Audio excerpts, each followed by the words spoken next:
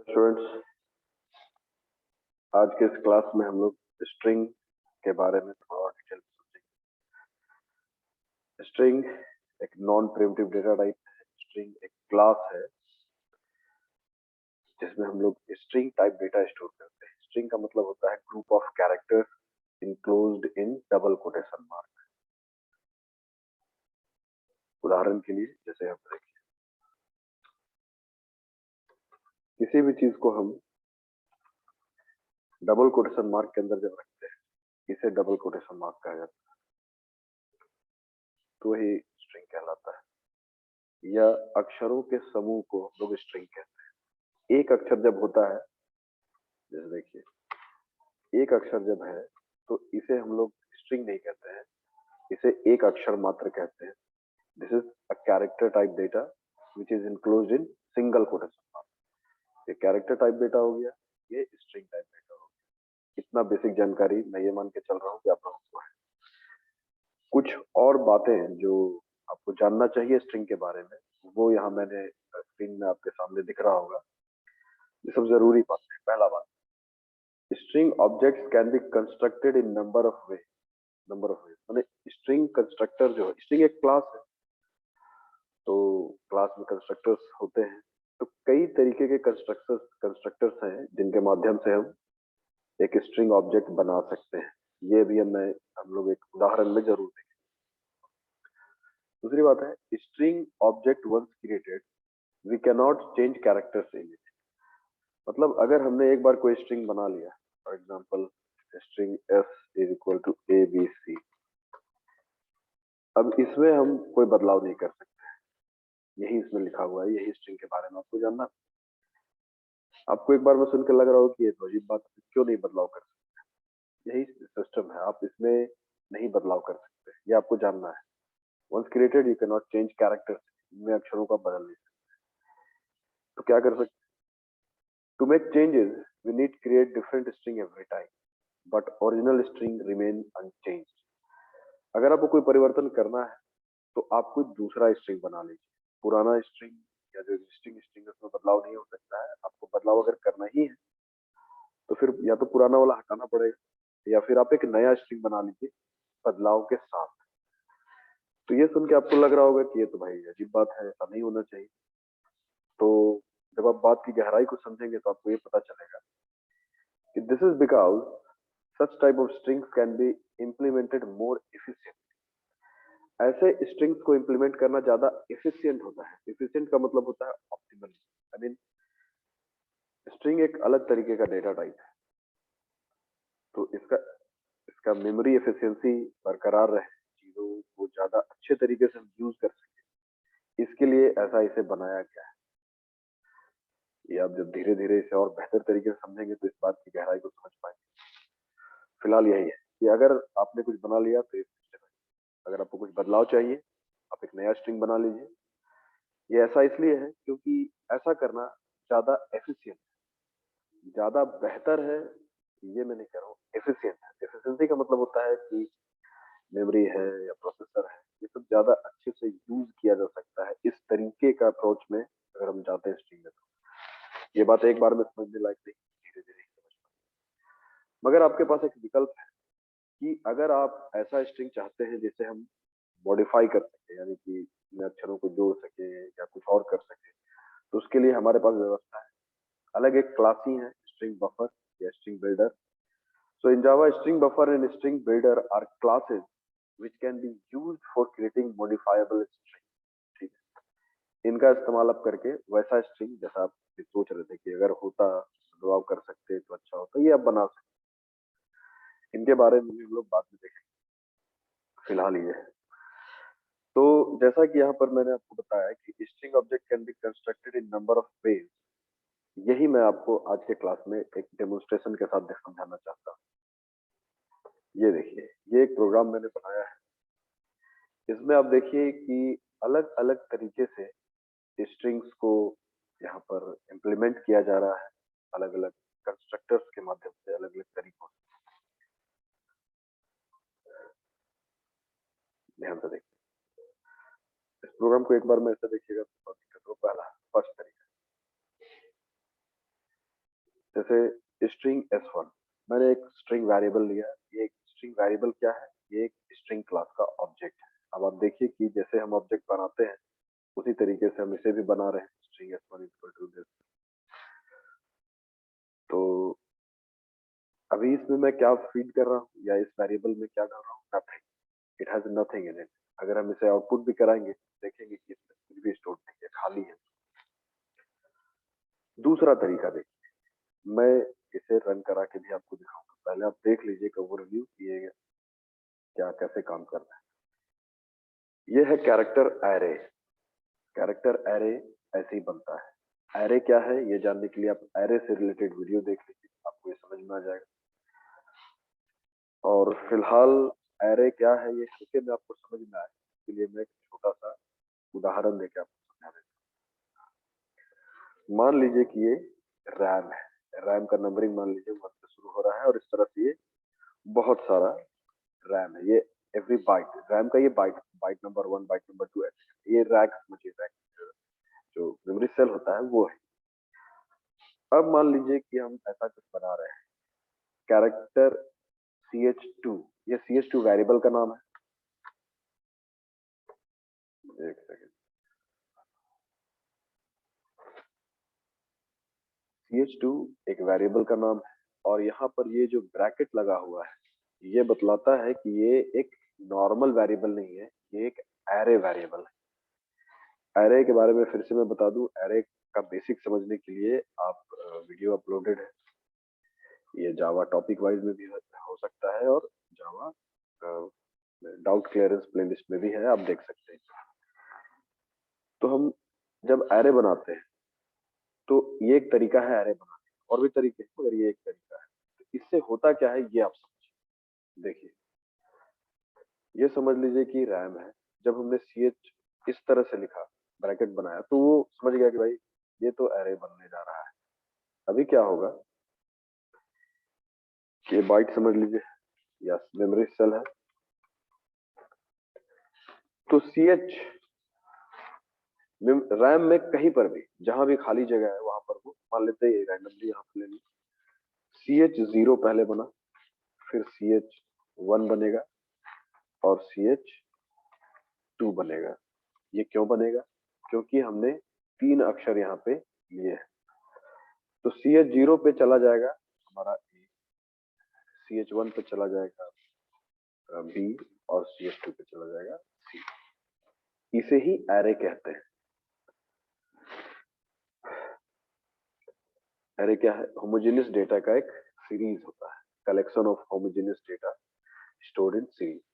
Homogeneous मतलब एक जैसे डेटा का एक कलेक्शन है ये, जो सीरीज में स्टोर रहता है। ऐसा कभी नहीं होगा कि ए यहाँ होगा, बी यहाँ होगा, सी यहाँ होगा, ये लगातार ही होगा।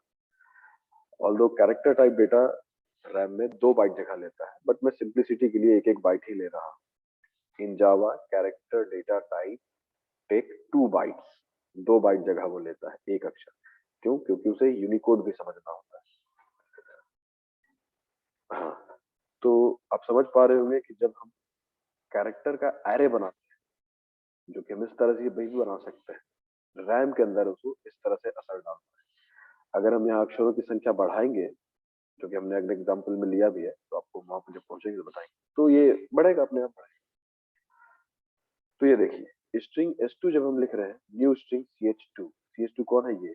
तो CH2 एरे में जितने भी अक्षर है कौन कौन है? A B C, ये स्ट्रिंग 2 का वैल्यू हो जाएगा। एक चीज मैं क्लियर करना चाहता हूं कि आपने अभी तक शायद ये देखा है string S is equal to ABC। ठीक है, ये आपने देखा है, ये भी ठीक है, ये भी काम करता है, ये ज्यादा आसान है। मगर मैं आपको ये वेरिएंट दिखाना चाह रहा हूँ कि और भी तरीके हैं और ये सब के सब सही है, ऐसा भी आप कर सकते हैं अदर देन दैट। तो इससे क्या होगा कि S2 का वैल्यू ये ABC हो जाएगा। ये साफ साफ दिखला रहा है कि string is array of characters.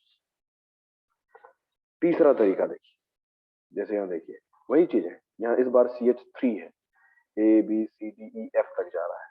ये CH3 नाम का वेरिएबल है जो आगे तक जा रहा है, ABCDEF।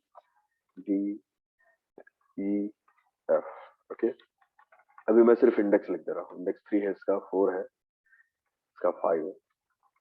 ओके, CH2, 3 ये भी एक कंस्ट्रक्टर का फॉर्म है। एक और कंस्ट्रक्टर है जो 3 आर्ग्यूमेंट ले रहा है। यहाँ पर सिर्फ एक आर्ग्यूमेंट ले रहा था, यहाँ पे कोई भी आर्ग्यूमेंट नहीं ले रहा था। ये क्या करेगा, इंडेक्स टू को नहीं, है सी है, तो सी से 3 अक्षर ये ले, ठीक है, यही करेगा। सी डी ई, इंडेक्स 2 से 3 अक्षर को ये लेगा, है ना। अगर आपको कभी ऐसा कुछ स्टोर करना है तो आप इस कंस्ट्रक्टर का इस्तेमाल कर सकते हैं। अच्छा, एक चीज करते हैं जो आपको ज्यादा क्लैरिटी के साथ ये समझने में मदद करेगा। पहले इसको एक रन करा लेते हैं। देखिए, ये कंपाइल्ड है, इसे रन कराइए। देखिए फर्स्ट का आउटपुट क्या हो रहा है, कुछ भी नहीं हो रहा है, बताइए, क्योंकि कुछ भी स्टोर नहीं है। दूसरे का आउटपुट देखिए, एबीसी ले रहा है, ठीक है। तीसरे का आउटपुट देखिए, इंडेक्स टू, आप ध्यान से देखिए, यही है हमारा इंडेक्स 2।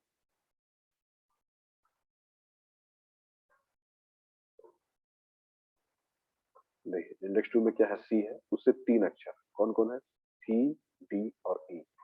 वही सी डी और ई यहाँ पे लिया है, तो ये इस तरीके से काम कर रहा है। अब आइए फोर्थ, सेकंड, थर्ड तरीका देखते हैं। थर्ड तरीका हमने देख लिया है कि CH3 जो भी ले रहा है, 3 अक्षरों को ले रहा है और उसी को आउटपुट करा रहा है। देख अभी अभी मैंने आपसे ये कहा कि जावा में कैरेक्टर एरे जो होता है, या कैरेक्टर 2 बाइट जगह लेता है, क्योंकि उसे यूनिकोड भी समझना होता है। मगर इन केस हमें यूनिकोड से कोई खास लेना देना नहीं है, हम सिर्फ आस्की कोड में ही सीमित रहते हैं और तब काम करना चाहते हैं। और आस्की कोड 1 बाइट जगह, या बाइट डेटा टाइप है, यहाँ देखिए हमने बाइट का इस्तेमाल किया है। बाइट डेटा टाइप सिर्फ 1 ही बाइट जगह मेमोरी में लेता है। और वैसा परिस्थिति जहां मुझे या हमें सिर्फ आस्की कोड जो 255 कैरेक्टर्स होते हैं आस्की कोड में, उन पे ही सिर्फ काम का अपना दायरा सीमित रखना है, जिससे मेमोरी का और एफिशिएंटली इस्तेमाल हो सके। तो एक चौथा तरीका ये भी है कि हम ऐसा कर सकते हैं। ये आस्की जो है, ये बस दिखाने के लिए वेरिएबल का नाम है, या कोई भी वेरिएबल हो सकता है। ये मैं आस्की कोड यूज कर रहे हैं, और ये जो एरे, ये इंडिकेट कर रहा है कि इसका हम एरे बना रहे हैं। और आप देखिए कि हमने यहाँ पर क्या लिखा है, 65 60, ये सब आस्की कोड है। आपको पता है कि कैपिटल ए के लिए आस्की कोड 65 होता है, तो 65 60 ये ऐसे हमने लिखा। किस तरह का डेटा हम ले रहे हैं, बाइट डेटा ले रहे हैं। बाइट डेटा का खास बात क्या है कि वो रैम में सिर्फ 1 बाइट जगह ही लेता है। अब देखिए, न्यू स्ट्रिंग आस्की जब डाल रहे हैं, मतलब इसमें इस कंस्ट्रक्टर में हम क्या डाल रहे हैं, बाइट डेटा टाइप डाल रहे हैं, जिसमें ये कंटेंट है, ये एरे है।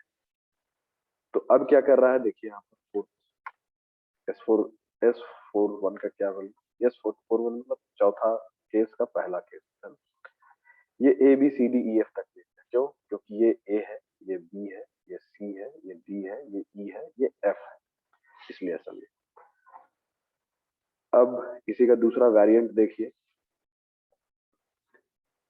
न्यू स्ट्रिंग आस्की 23, यही आस्की है, American standard code for information interchange. इसमें भी इंडेक्स 2 में कौन सा है, 012 से 3 अक्षर, यानी CTE, यहाँ भी वही ले रहा है।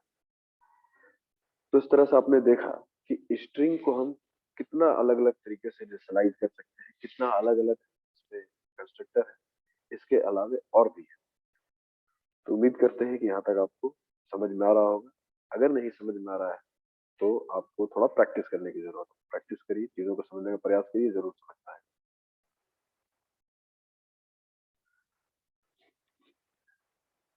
ये सब अलग अलग कंस्ट्रक्टर के माध्यम से इनिशियलाइज हो रहा है। और इन सबसे बेहतर एक और तरीका है, जो कि ये है, string S5 equals ABCDEF or anything. Can also include, of course, space, no problem. Now look at this.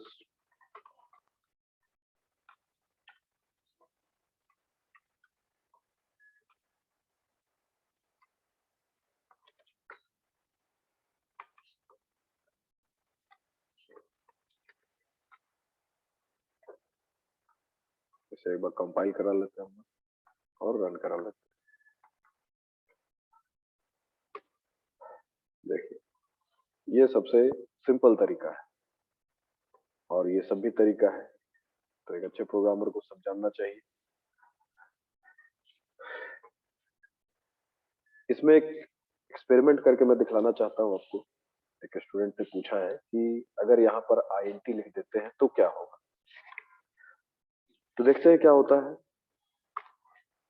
आप देखिए कि इस तरह का कुछ एरर मैसेज वगैरह आ रहा है।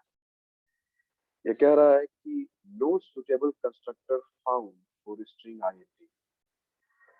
ऐसा कोई कंस्ट्रक्टर बना हुआ नहीं है जो INT INT के लिए हो। ठीक है, INT ऐसा कंस्ट्रक्टर नहीं बना हुआ है।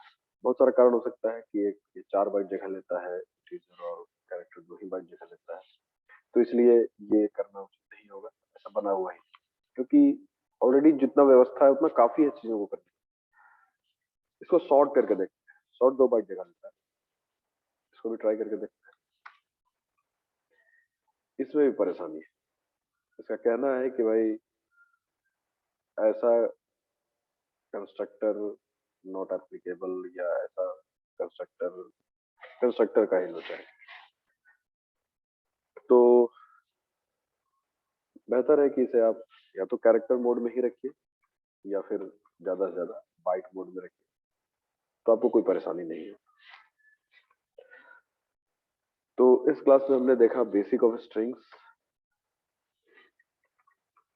अब अगले क्लास में हम लोग देखेंगे इसमें बहुत सारे फंक्शंस होते हैं या इसके इसमें छिपे हुए और भी कुछ बातों को। तो आज के लिए इतना ही। Thank you.